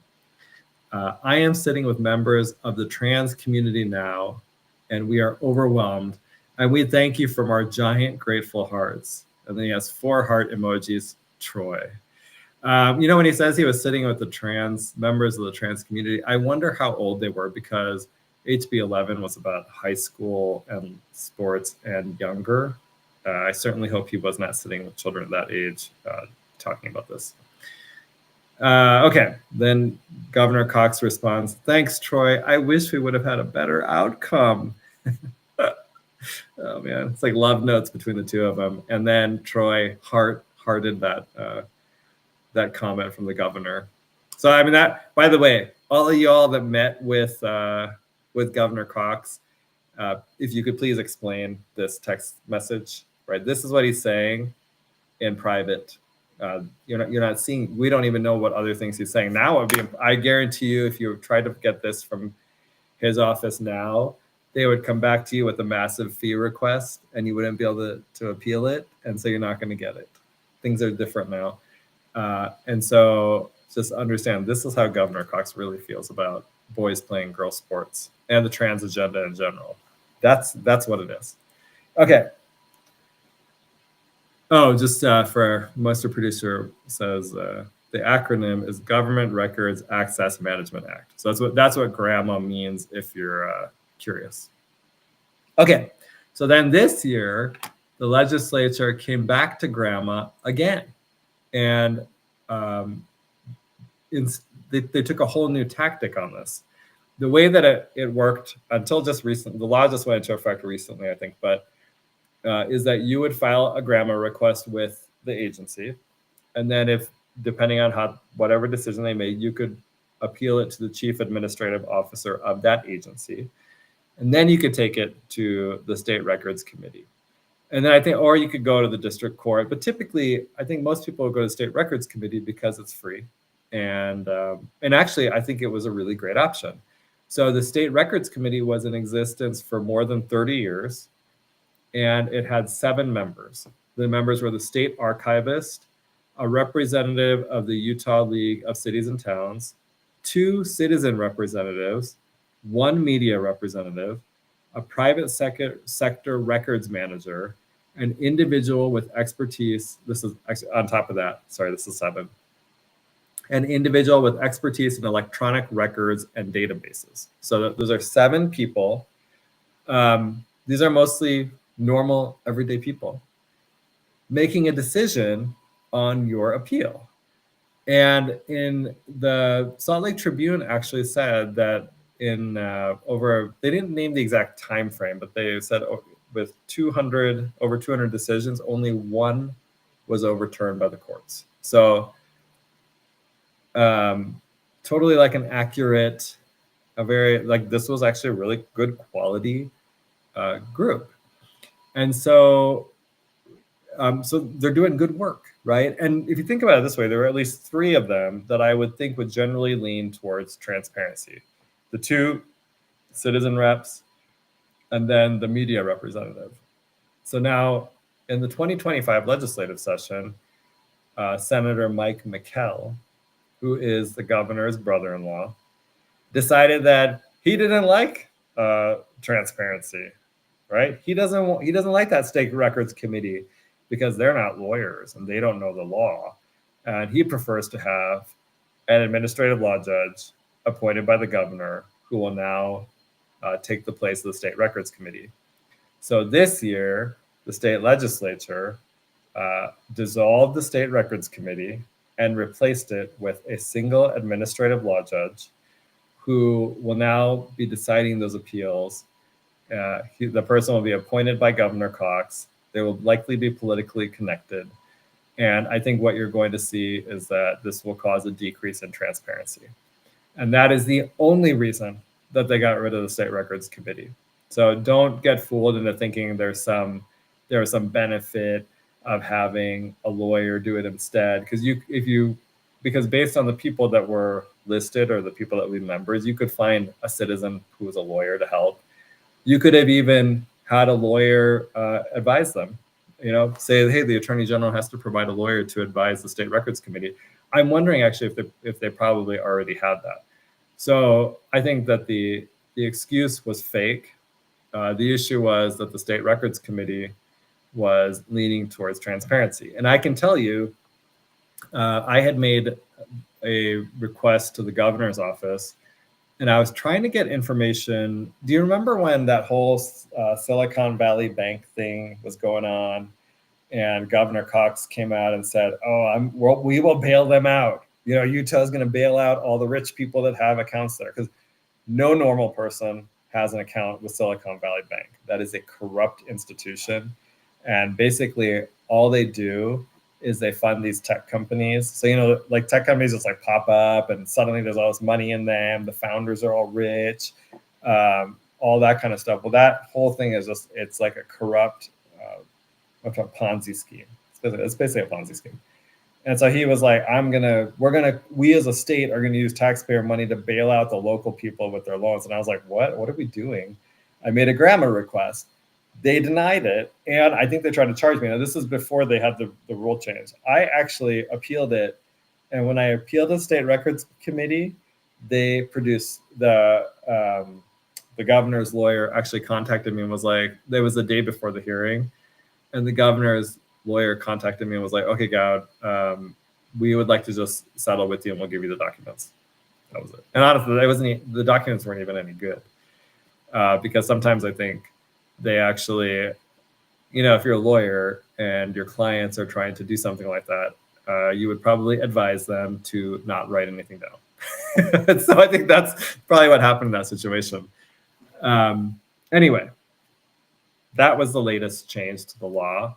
We'll have to see how this plays out, but my prediction is that with the dissolution of the State Records Committee and the replacement of it with this administrative law judge, you are going to see a much less transparent system, and a system that is even more leaned against regular citizens. And I think that is bad news. And, you know, honestly, this is on us, right? So if you're a delegate, if you're a voter, you're to blame for what the legislature has done, because you are sending these people to the Capitol to pass laws like this. And regardless of your politics, whether you're a Republican, a Democrat, or an independent, if you are a regular everyday citizen, we should want maximum transparency from our government. And we should want it to be as cheap and free as possible. So I guess maybe my call to action is we should all start working on this. We should be asking our legislators when they're up for re-election next year if they're going to reverse these laws and make it so that grandma is easier, cheaper, and that our government is more transparent, not less. I don't want to hear more stories about how someone had to pay $3,000 or was told they had to pay $10,000 for a grandma request for documents from their school district where they have their children. That's outrageous and ridiculous. I don't want to hear about someone who files a grandma request for their name in documents and with a date range, and then it comes back with $100,000 charge. That is outrageous and ridiculous. I think our legislature should address this, and they should change our laws. Frankly, I don't think we should have to pay for grandma requests, right? Again, maximum transparency, 100% maximum transparency. So, okay. That's my thing on grandma. Again, if anybody has questions, you should feel free to call in. The number is 385-899-2134. Let me see if I had any. Oh, actually, so I also want to make this point. So I think part of what drove Mike McKell, Mr. Producer, we'll get to that video in a minute here. Part of what drove Mike McKell in that direction was this. Although, see, I'm a little bit confused about why, but so this had come out. And there's this Governor's Honors Academy at Southern Utah University, right? And it's supposed to be for like, it's a scholarship. It fully pays your tuition at Southern Utah University. And somehow 3 out of 4 of Governor Cox's children got it, right? It's a little bit strange, right? A little strange. And then it turned out that Mike McKell's son got it, and so did one of Amy Winder Newton's son as well.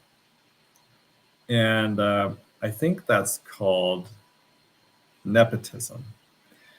And it is, and really, I'll be honest with you, I can't believe that Utahns are not completely offended by this. Okay, like I grew up in a middle-class family in the suburbs of Chicago with parents who did not have connections. I got a scholarship to go to undergrad based on merit. I find this type of stuff, this type of crap, where people use their connections to get scholarships that are supposed to be based on merit, and to go to, this is supposed to go to kids again. There's a limited number of scholarships, and more, like something like 10 times more apply for it. So the idea that these people's children were getting it is offensive to me. Just like really, really offensive, because it takes away opportunities from kids who should have actually gotten it. And we all know that that's true. So what these people will say is, my kid is super smart. How dare you question him or her? And it's like, right, sure. Sure, 3 out of 4 of Governor Cox's kids are way smarter than all of your kids. I'm sure they are. I've met plenty of products of nepotism, and I can tell you that I haven't found any that have been really smart. That's just not a real thing. So let's see here. And then I thought, and this is what I wanted to say, is in Utah, there's this kind of move by a lot of these politicians. They pull this little stunt where, here. So I'll show you Deidre Henderson. This is again, she cheated in the election, so really her political career should be over. But she said, when Disagree Better had exposed it, she said, attacking the governor's kids takes sore loser to a vile new low, even for this anonymous scumbag. Back off the kids and get a job, you freakish coward. Well, see, this Disagree Better was pointing out a corruption issue that impacts everybody. Actually, by the time this is posted, Governor Cox's kids are adults. So whatever, but like the criticism isn't of the kids, the criticism is of the governor. It's that you are using the system to benefit your children. By the way, Governor Cox is rich. He comes from a wealthy family. He didn't need this. He doesn't need the money. So why are you doing it? They're doing it because they can just get away with it. But I think part of the efforts to make the government less transparent is to make it so we can't figure out that stuff like this is going on. Because I think it's much more widespread than what you all think. It's that people in Utah who are elected officials are using government to get rich. It is, and I'm telling you, it is widespread. Just look at elected officials. I can think of a few just off the top of my head. They go into office, they have a private sector job, and then suddenly when they get into office, they're not working at their private sector job anymore. They got some sweet government gig. They're a developer. It's all the same. It's all corruption. And there's very few people who just continue on with their old careers. That should tell you something about Utah's system in general and what it is doing.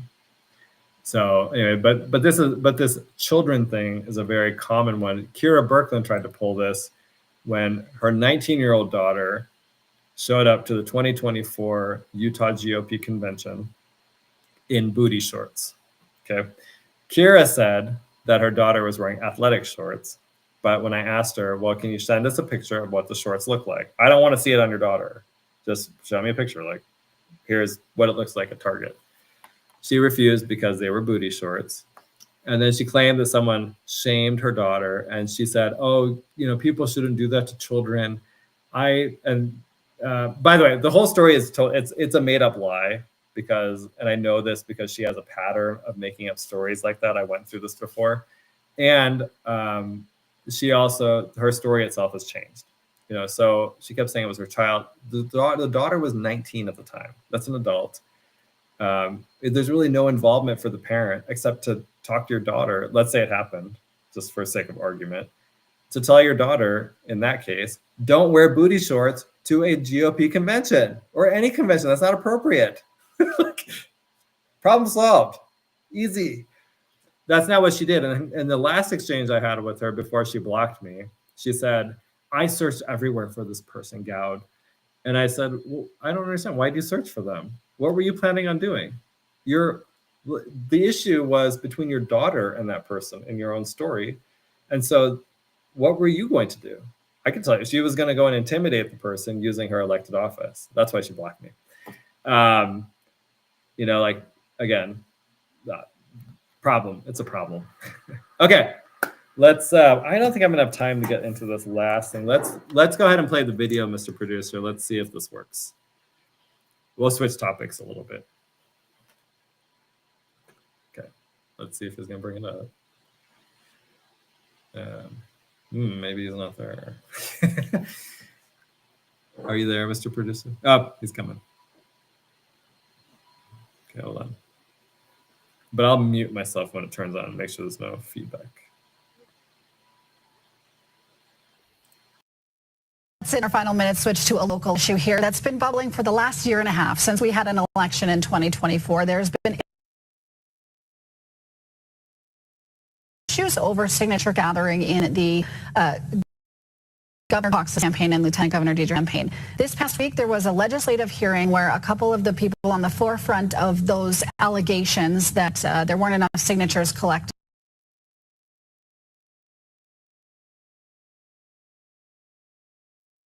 to get on the ballot for the campaign, presented to a legislative committee, sort of rehashing some of their allegations. In the days since, Lieutenant Governor has threats online. We call them death threats, for lack of a better word. I know there's a legal definition.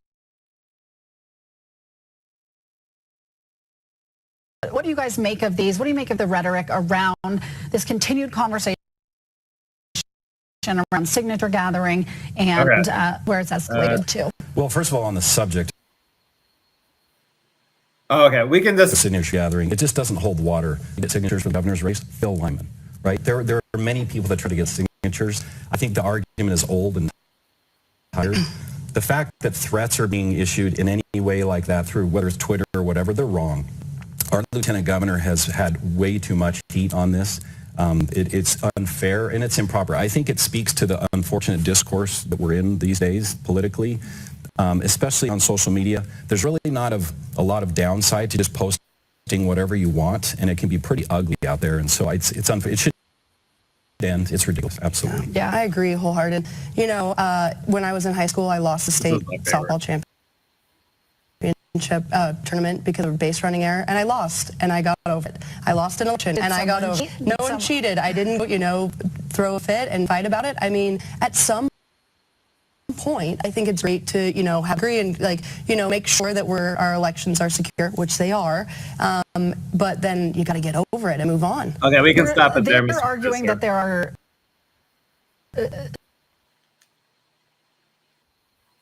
Okay. Isn't that great to watch? So first of all, like I said, there were no death threats. That is, you can go and look at the post that Sophie did yourself, and you can go and look at the comments on it. No death threats. I've seen death threats. Those are not death threats. Number two, message to Rusty Cannon. Okay, there is not too much heat on Lieutenant Governor Henderson for what she did. She cheated in the 2024 election. And she cheated because her and Governor Cox did not actually collect 28,000 verified signatures from Republicans, but they still put themselves onto the Republican primary ballot. They did that thinking that they were going to get away with it because they figured that nobody would go and ask to see the signatures. And once they realized that that Michael Clara was, I guess, has been just like doggedly after this information. And I'm telling you, I have seen the work.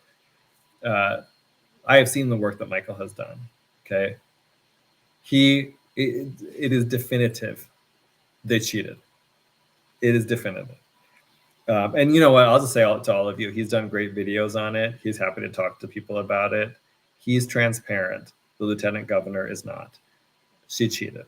And so we're not required to stop talking about it. And as Mr. Producer said, he said, I do not believe there were death threats. They're lying about it for sympathy. That's exactly the point. They're lying about it because they want to stop you from criticizing her, because they understand that these are going to end her career. But they're not just allegations. It's because she actually cheated, and her career should end. We don't need people like that in public office, right? We need to get her out of office.